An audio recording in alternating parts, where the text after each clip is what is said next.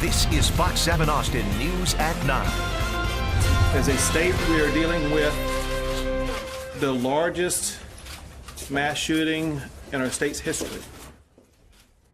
Good evening and thank you for joining us. I'm Ashley Paredes. We're following developing news tonight. A gunman ended fire in a church in Sutherland Springs, Texas around 11:30 this morning. Now the small town is about 35 miles southeast of San Antonio. 26 people dead, 24 others injured. We, of course, have team coverage on this shooting tonight as we learn more details, but we still don't know the motive behind the shooting. Authorities are responding to that. Governor Greg Abbott was the first speaker at the press conference tonight. Well, as we heard, hundreds of people gathered tonight near the First Baptist Church of Sutherland Springs for a candlelight vigil, honoring the victims of today's mass shooting. Fox 7's Rebecca Thomas joins us there live with the story. The city has required the garage owner to install water barricades as a safety precaution. Metal grates also cover the areas of the structure. Before the city signs off on repairs this time, they'll require an engineer to show that the new system can resist a 6,000-pound load as required by the city's 2012 code. And the city had given the garage owner until August 24th to complete those repairs, but the owner filed for an extension. Austin Code says they will respond to the story at some point today. You can hear the response tonight on the news at 9. The Austin Police Department says 5 more officers have been treated for possible carbon monoxide poisoning since Friday. APD says the issues stem from a technical safety issue in some Ford Explorer vehicles, which the department uses for police units. A Travis County grand jury has indicted University of Texas stabbing suspect Kendrix White on a murder charge. He's accused of killing University of Texas freshman Harrison Brown during that attack on campus on May 1st. White was also indicted on 3 counts of aggravated assault with a deadly weapon for the 3 other stabbing victims who survived. Police say he was walking around Gregory Gym with a large knife and stabbed Brown in the chest before attacking 3 others. The University of Texas community has experienced a number of tragedies over the past year and a half. Back in April 2016, freshman dance student Haruka Weiser was murdered on campus, stunning students and the community. Then in May of this year, freshman student Harrison Brown was killed and 3 other students injured during a stabbing outside Gregory Gym. Since those attacks, the university has taken steps to ensure student safety. Some students are taking it a step further, enrolling in a self-defense course to prepare for the worst. After a 30-day initiative to improve deteriorating conditions around the Arch downtown, city officials say that they're now ready to start Phase 2. Phase 1 of the initiative focused on security, cleanliness, and services. Over the last month, the Arch saw an increased police presence, cleaner sidewalks, and more lighting. But because there's not enough money to pay for the 2 officers stationed near the Arch around the clock, the second phase will see a reduced police presence. Travis County commissioners are moving forward with a multi-million-dollar plan to sell off their fleet of Starflight helicopters and buy new helicopters. It's part of a plan to upgrade capabilities and avoid escalating maintenance costs. And 3 options were presented to the county commissioners, all with a price tag of heavy price tag over a 10-year period. Keeping the existing fleet would cost an estimated $31.6 million. Reducing the fleet to only 2 helicopters would total $21.6 million. And then buying and operating 3 new helicopters over a 10-year period would come in at $24.4 million. After failing to pass a new health care bill twice, Congress has turned its attention to tax reform. President Trump is trying to reach across the aisle to hammer out a deal. The president means business when it comes to fulfilling one of his most popular campaign promises, to repeal and replace Obamacare.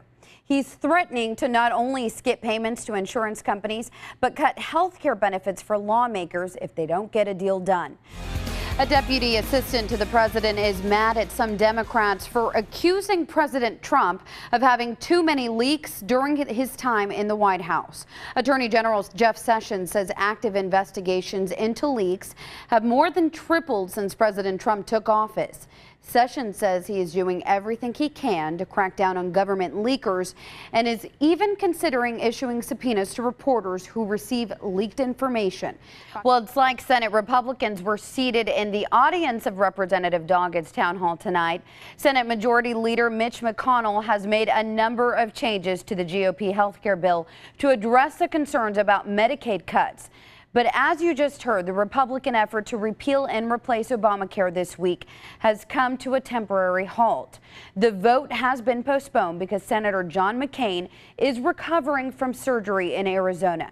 And with the tight margins GOP leaders are working with, McCain's absence would make it impossible for Republicans to pass the bill they want. With the health care vote delayed yet again, the president is putting the slogan Made in America front and center as he tries bringing attention to American jobs. The Supreme Court is giving the state of Hawaii until noon Tuesday to respond to a petition filed by the Department of Justice regarding the president's executive order travel ban. The DOJ is asking the Supreme Court to step in, block the ruling of a Hawaii judge, and clarify the decision made by justices on the matter last month. Senate GOP leaders are planning a strong push to pass a health care reform bill when lawmakers return to Washington from the July 4th recess next week. But Democrats are not giving in and continue to criticize the Republicans' plan to repeal and replace Obamacare. Senator Ted Cruz is now stepping up to offer a solution himself. With about 2 weeks to go until summer break, legislators will have to wait to address health care reform again. The Republican-led Senate voted down a measure to repeal and replace Obamacare Friday. Health and Human Services Secretary Tom Price says one of the biggest issues is the health care system as a whole. We don't have a healthcare system. We've got about 5 healthcare systems. You've got Medicare for seniors, Medicaid for those individuals who are low income or vulnerable or disabled. You got the employer-sponsored coverage, where most individuals in this nation, about 175 million, get their coverage. Got the VA system, and then you have the individual and small group market, where Obamacare focused its attention on setting up the exchanges. And it's that area where we've seen absolute failure. Price says improving the health, safety, and well-being of Americans is the Republicans' goal with health care reform. Many politicians across the board agree much of the trouble in reforming health care comes from the uncertainty they feel within the Trump administration. What we need, and I think perhaps the president can get there, I sure hope so, is sort of the sense of unity, of hopefulness, not of division, but of lifting. And I think we're not seeing enough. We're not seeing that right now.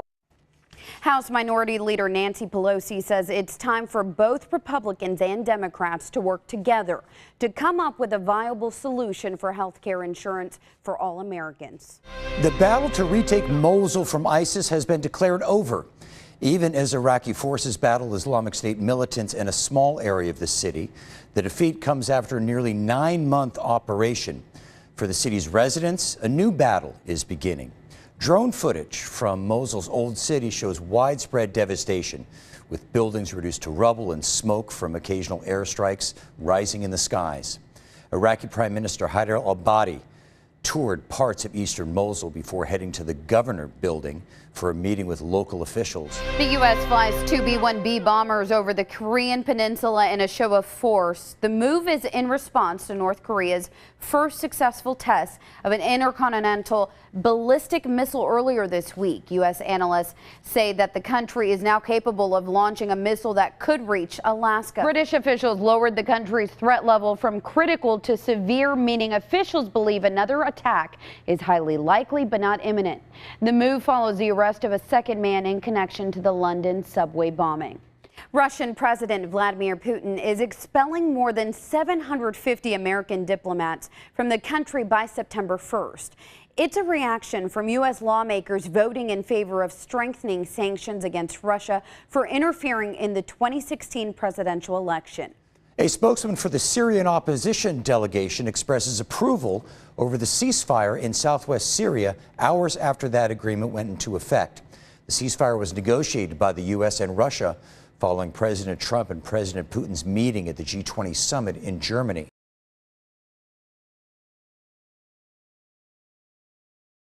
In Bastrop County, a road off of Highway 71 near Smithville has washed away as historic flooding hits the town. This afternoon, Bastrop County Judge Paul Poppe placed the county under a declaration of disaster. And emergency officials are urging families with homes prone to flooding to evacuate now.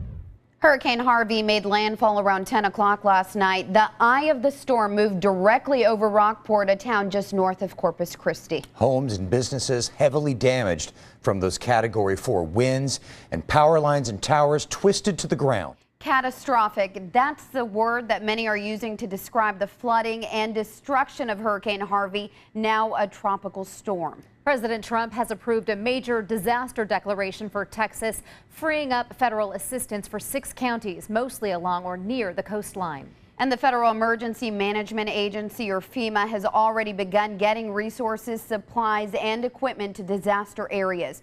Joining us tonight to discuss federal assistance in the aftermath of Hurricane Harvey is Attorney General Ken Paxton. Thank you so much for coming in tonight. Glad to be here. Thanks for having me.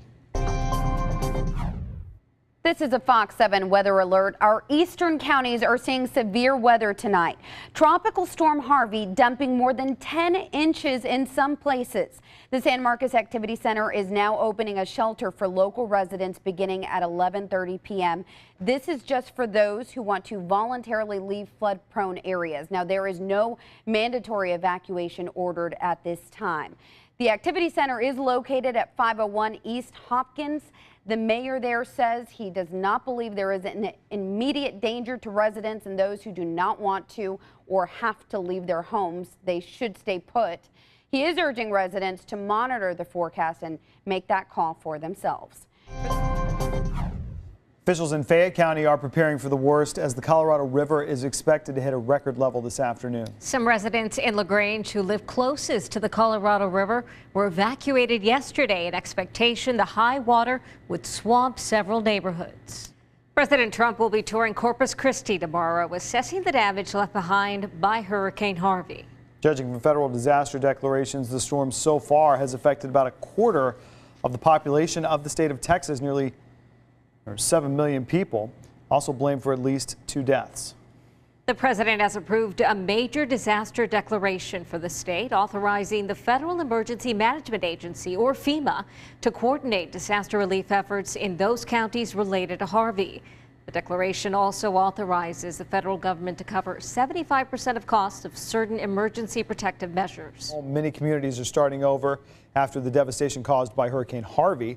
LaGrange has set up a FEMA disaster recovery center. Hundreds of people have stopped by already, and they say they'll stay open 7 days a week until they're no longer needed. The agency says over 500 people in Fayette County have applied for disaster assistance.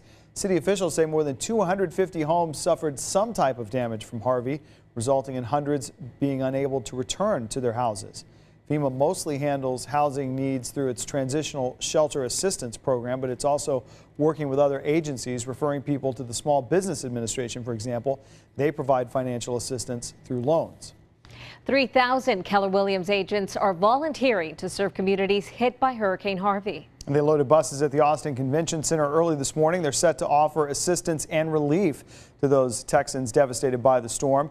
The real estate company was set to host a week-long international conference, but after the hurricane, executives decided to turn that event into a disaster relief response campaign. Attendees will be cleaning flooded homes, volunteering with nonprofits, and working with the city of Austin and local businesses to gather supplies and raise money for those victims. What happens is when Harvey hit, we knew that we had to do something. What we want to do is we want to help people that don't have the help right now. And what we can do is we can be the first responders. We can show the caring. We can show the compassion. We, as realtors, what we do is we make a living in the communities. And so what we're going to do is we're going to make darn sure that what we do is we give back to the communities that we serve. The company is working with the Austin Disaster Relief Network, Central Texas Food Bank, and Salvation Army to reach more community members. Keller Williams also working to raise $20 million for hurricane recovery.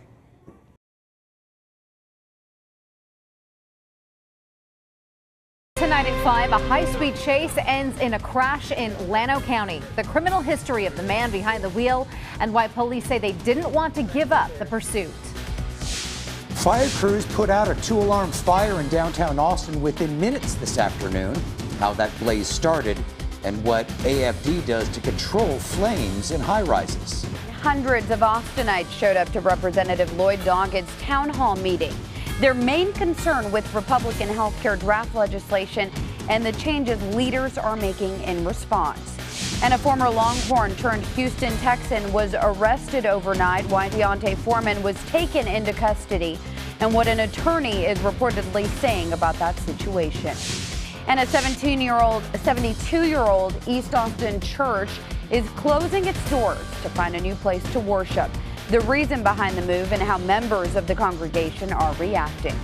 Tonight at 5, the Texas Alcohol and Beverage Commission has lost 6 high-level employees in just 2 months.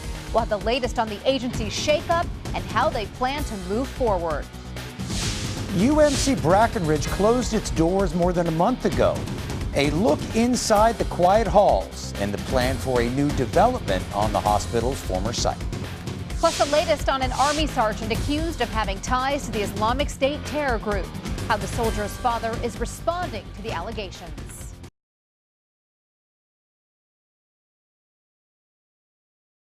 A man who police say attacked 2 women in Portland was stopped by a Good Samaritan. We'll hear from the man who took down the alleged criminal, plus find out why the judge won't allow the suspect to bail out of jail. The number of arrests made in the St. Louis protest now tops more than 3 dozen. How business owners are reacting to the disruption when Fox 7 News at 9 continues. It's been 1 year now since the terrorist attack in Nice, France. An Austin father and son were killed in the incident, but their memories will live on. How the Copeland family has healed from the loss and what one family member is doing to keep the memory and legacy of his brother and son alive. It's a new approach to tackling drunk drivers. The Williamson County Sheriff's Office is partnering with Yellow Cab as a way to remind everyone to make safe choices this holiday weekend.